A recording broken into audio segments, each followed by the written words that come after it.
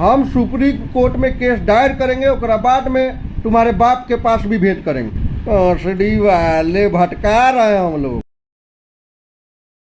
नमस्कार साथियों, मैं हूं अजय, सीईओ फाउंडर टेक्निकल नौकरी वाला। दोस्तों, आज हम फिर से उपस्थित है बीटीएससी आईटीआई इंस्ट्रक्टर वैकेंसी का अपडेट लेकर के, जिसमें कि जैसा कि हमने बताया था लास्ट टाइम कि इंटरवेनर टीम के द्वारा सुप्रीम कोर्ट में कैवियट दायर किया जा चुका है और गेस्ट ग्रुप जो है, गेस्ट वाले का ग्रुप, वो सुप्रीम कोर्ट में चुनौती देने के लिए तैयार है।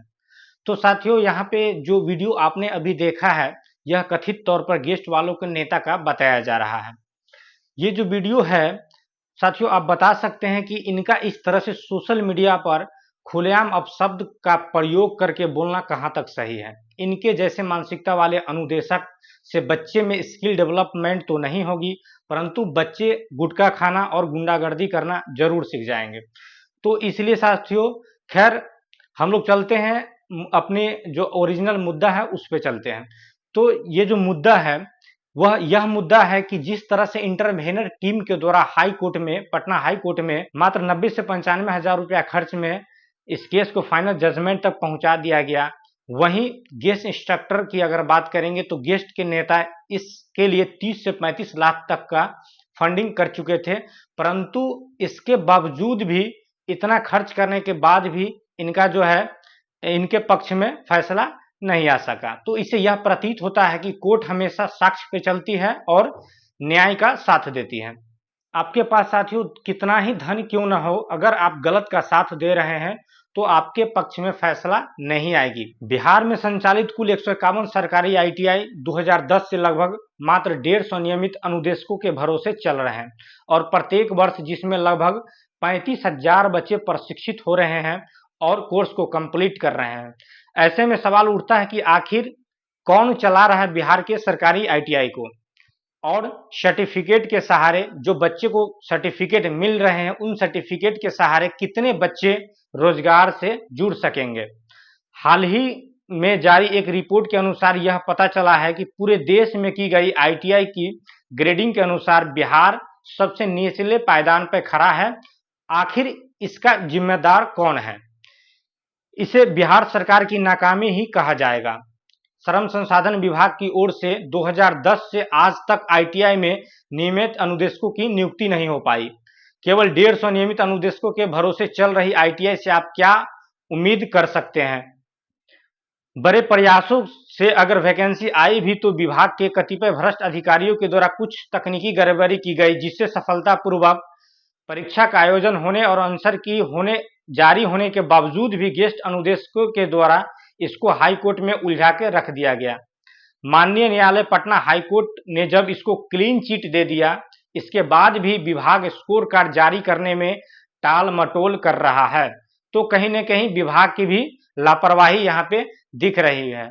वास्तव में आईटीआई की दुर्गति का मुख्य कारण वहां काम कर रहे अतिथि अनुदेशक एवं वहां के प्रधानाचार्य और विभाग के कुछ भ्रष्ट अधिकारी ही है। अतिथि अनुदेशकों का आचरण किसी सड़क छाप गुंडे से कम नहीं है। जिनको उन्होंने विद्यार्थियों को प्रशिक्षित करने के लिए रखा है, उनके द्वारा ही विभाग बंधक बना हुआ है। ये सभी अतिथि अनुदेशक पहले परीक्षा में सम्मिलित हुए और फेल होने के बाद विभाग पर दबाव बनाना शुरू कर दिया और किसी भी सूरत में इनके रहते हुए नियमित अनुदेशकों की नियुक्ति न की जाए, ऐसा उन्होंने ठान लिया। और आज भी ये वीडियो के माध्यम से विभाग के अधिकारियों को खुलेआम चुनौती दे रहे हैं और कह रहे हैं कि हिम्मत है तो इनको आईटीआई से बाहर करके दिखाओ। पिछले कई दिनों से ये सोशल मीडिया प्लेटफॉर्म का उपयोग करके विभाग को चुनौती दे रहे हैं और अन्य अतिथि अनुदेशकों से गाली गलौज करते हुए जबरन पैसे वसूली की बात कर रहे हैं, जिससे कि फिर से इस वैकेंसी को फंडिंग करके सुप्रीम कोर्ट में चुनौती दे सके। साथियों, इनका जो फंडिंग है, यह इस फंडिंग से आपको किसी प्रकार का फायदा तो नहीं मिलने वाला है, परंतु आपके नेता करोड़पति जरूर हो जाएंगे। आपको हम एक वीडियो का कमेंट दिखा रहे हैं। लास्ट टाइम एक चैनल है, उस पर एक वीडियो का कमेंट आया था, जरा गौर से इस कमेंट को पढ़िए। इसमें एक महिला लिख रही है, उसके बाद आप आगे विचार कीजिएगा। इसमें एक महिला लिख रही है कि सर मेरे पति भी गेस्ट में है, डर लग रहा है हमारे परिवार का क्या होगा। नौकरी जाने के बाद एक तरफ उनके संघ के नेता द्वारा धमकाकर उनसे फंड ले रहे हैं और उनके ही पैसे से मजे कर रहे हैं। आज तक लाखों रुपए ठगे लेकिन हिसाब नहीं दिए। मेरे खुद पति अभी तक 35,000 रुपए दे चुके हैं संघ को नौकरी बचाने के नाम पर, और ये लोग फिर एक एक महीने का पेमेंट का डिमांड किया है सभी से। साथियों, इस कमेंट से आप अंदाजा लगा सकते हैं कि ऐसे ऐसे कितने गेस्ट भाई हैं और उनके फैमिली है जो इस तरह के प्रताड़ना को झेल रहे हैं, ठीक है, परंतु वे खुलकर इस चीज का विरोध नहीं कर पा रहे हैं, सामने नहीं आ रहे हैं। नौकरी बचाने के नाम पर हजारों रुपए अपने नेता को दिए जा रहे हैं। इससे आपका तो कुछ नहीं होगा साथियों, हमने पहले ही बताया, परंतु आपके नेता करोड़पति जरूर बन जाएंगे और ऐसा आपको आभास भी हो रहा होगा। और आलीशान होटल एवं महंगे महंगे गाड़ियों में आपके नेता घूम रहे हैं। अब इनके नेता सुप्रीम कोर्ट में केस करने के नाम पर पैसा ठगी करने का प्रयास कर रहे हैं और जबरन फंडिंग करने पर मजबूर कर रहे हैं सभी गेस्ट इंस्ट्रक्टर वाले को। इनके केस में साथियों कोई दम नहीं है, सुप्रीम कोर्ट में भी ये हारेंगे, क्योंकि इंटरवेनर टीम के द्वारा ऑलरेडी इस फैसले के सपोर्ट में कैविएट लगा दी जा चुकी है, ठीक है। सुप्रीम कोर्ट में विभाग आपको कभी भी नहीं हटाएगा। इनके नेता अपने नौकरी बचाने के लिए नहीं लड़ रहे हैं, बल्कि नियमित भर्ती को रोकने का प्रयास कर रहे हैं।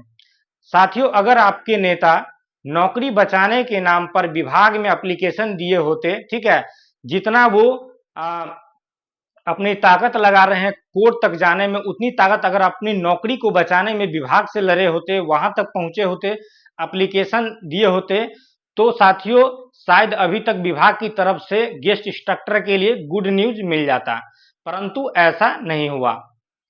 और हुआ ये कि अभी तक गेस्ट वाले भाई साहब परेशान ही हैं और उनके ही नेता का देन है कि गेस्ट वाले आज न घर के हैं और न ही घाट के नजर आ रहे हैं। सभी गेस्ट अनुदेशकों को इस बात की समझने की जरूरत है कि नियमित नियुक्ति से आपका कोई नुकसान नहीं है। निदेशक मीना जी ने स्पष्ट कहा है कि हम वर्तमान में किसी को भी हटाने नहीं जा रहे हैं, क्योंकि अगर 2200 पदों पर नियमित भर्तियां भी हो जाती है तो भी लगभग 2000 सीटें अभी खाली रहेगी विभाग पर, और हमें आपसे कोई दिक्कत नहीं है, हमें गेस्ट इंस्ट्रक्टर से कोई दिक्कत नहीं है। शेष जो रिक्त पद है उस पर गेस्ट इंस्ट्रक्टर यथावत कार्यरत रहेंगे, कार्य करते रहेंगे। लेकिन यदि आपके द्वारा साथियों अपने नेता के बातों में आकर गुमराह होकर सुप्रीम कोर्ट में भी भर्तियां फंसाने हेतु केस किया गया, तो साथियों इंटरवेनर टीम के द्वारा अब भारी एक्शन लिया जाएगा, और वह एक्शन जो लिया जाएगा ये लिया जाएगा कि अब आपका जो भर्ती हुआ है जिस पैनल से, वो पैनल रद्द होगा, क्योंकि आपका पैनल अवैध है। इसमें आरक्षण रोस्टर का पालन नहीं किया गया है, जिसका पूरा साक्ष्य इंटरवेन टीम के पास है और जिसे आप सभी के अवलोकन के लिए शेयर किया जा रहा है। याचिका हमारी ओर से भी तैयार है, जिसमें आप जड़ से ही समाप्त हो जाएंगे। आपका नेता कौन से कागज से आपको जीत दिलाएगा ये कभी नहीं बताएगा, क्योंकि वैसा कोई कागज ही नहीं है। अभिनव श्रीवास्तव बहुत कम केस हारते हैं, जैसा कि पटना हाई कोर्ट में जो केस दर्ज किया गया था आईटीआई इंस्ट्रक्टर वाले को लेके, तो गेस्ट वालों की तरफ से जो अभिनव श्रीवास्तव एडवोकेट को हायर किया गया था, वो बहुत ही हाई लेवल का एडवोकेट है, वो जल्दी केस नहीं हारते हैं, परंतु यहां पर उन्हें मात खानी पड़ी। ऐसा क्यों हुआ साथियों? ऐसा इसलिए हुआ क्योंकि इस आप जो हारे हैं इस केस का जो भी मतलब लीगल कंडीशन आपने लगाया था उसका कोई आधार नहीं है। आपको एक अंतिम मौका मिल रहा है, हम जो कह रहे हैं सिर्फ सच कर रहे हैं। आप चाहे तो हमारे निदेशक के पास चलकर संतुष्ट हो सकते हैं, विभाग में मिल सकते हैं, अपनी नौकरी को बचा सकते हैं, ठीक है, वहां जाके आप कंफर्मेशन हो सकते हैं कि मुझे हटाया जाएगा या नहीं हटाया जाएगा। साथियों, आपका नेता ने कभी आपको हिसाब दिया नहीं दिया? कभी आप सोचे हैं उन्होंने कितना धन आपसे बना लिया आपको गुमराह करके? आप सभी पढ़े लिखे हैं, भावना में बहकर निर्णय मत लीजिए, निर्णय सभी साक्ष्य को देखते हुए लीजिए। अगर हमने याचिका डाल दी उसके बाद हम कुछ नहीं कर पाएंगे। हम नहीं चाहते हैं कि हमारी ऊर्जा किसी की नौकरी को खत्म करने में लगे, ठीक है। हम अपनी ऊर्जा को ऐसे नेगेटिव कार्यों में नष्ट करना नहीं चाहते हैं। अब तक हमने जो किया वो अपने लिए किया है। विभाग भी आपको इस भर्ती के बाद भी रखने के लिए तैयार है। निर्णय आपको लेना है, ज्यादा समय हमारे पास भी नहीं है। आपके नेता अगर आपकी नौकरी बचाने को लेकर लड़ रहे होते तो वो आज विभाग में होते, ठीक है, और नौकरी बचाने से संबंधित केस किए होते, ना कि नियमित बहाली को रुकवाने का प्रयास कर रहे होते, ठीक है। आज के डेट में वो सुप्रीम कोर्ट में भी चुनौती देने के लिए तैयार है और आपको धमका के, बहला के, ठीक है, आपका जो है फंडिंग करने पर मजबूर कर रहे हैं। हमारी टीम के भी सदस्य का काफी दबाव है कि जल्द से जल्द आपका पैनल रद्द कराने से संबंधित केस दायर किया जाए, ठीक है साथियों। तो ऐसा हम लोग भी नहीं चाह रहे हैं, इसलिए अभी समझने की जरूरत है। साथ ही अभी भी समय है दोस्तों, जो भी लोग सीबीटी पास है, चाहे वो नॉर्मल कैंडिडेट हो, गेस्ट कैंडिडेट हो, ठीक है, जैसे भी लोग हैं साथियों, अगर आप सीबीटी पास है तो सभी को एक प्लेटफॉर्म पे आने की जरूरत है। आइए सभी एक प्लेटफॉर्म पर और अपनी बातों को रखिए, ठीक है, अपनी मांगों को रखिए। आपकी लड़ाई विभाग से है, मेरी भी लड़ाई विभाग से। हमारी और आपकी आपस में किसी भी तरह की लड़ाई नहीं है। हम लोग नहीं चाहते हैं कि आपकी जीवन रोटी छिन जाए। आपकी लड़ाई जो है विभाग से, आप अपनी नौकरी को बचाने को लेकर विभाग से लड़िए, ठीक है। परंतु अगर नियमित बहाली को फंसाने का दोबारा कोशिश किया गया तो ये कहीं से उचित नहीं होगा और अब और माकूल जवाब आपको दिया जाएगा।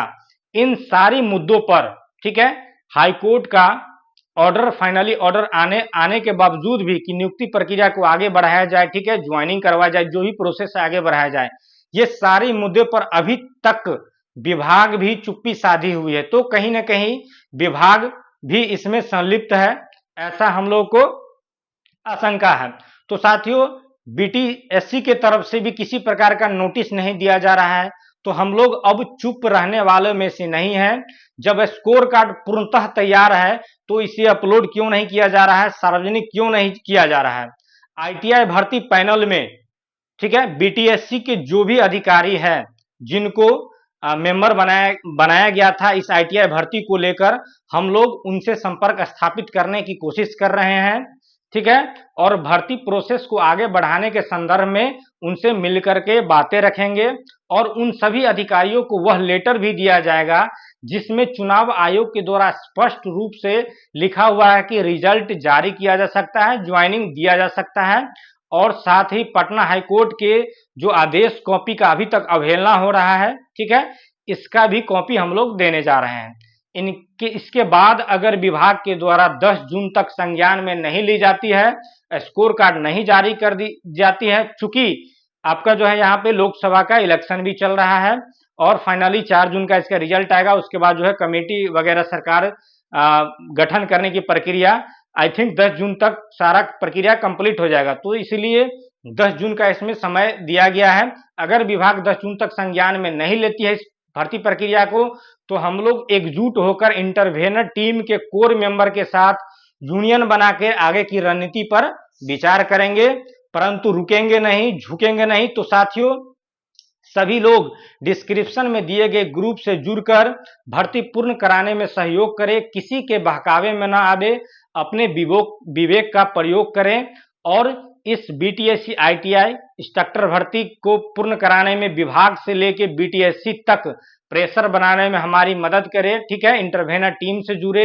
इंटरवेनर टीम के मार्गदर्शन में आगे की जो रणनीति है उसमें साथ दे और इस वैकेंसी में सफलता प्राप्त करें, नौकरी प्राप्त करें।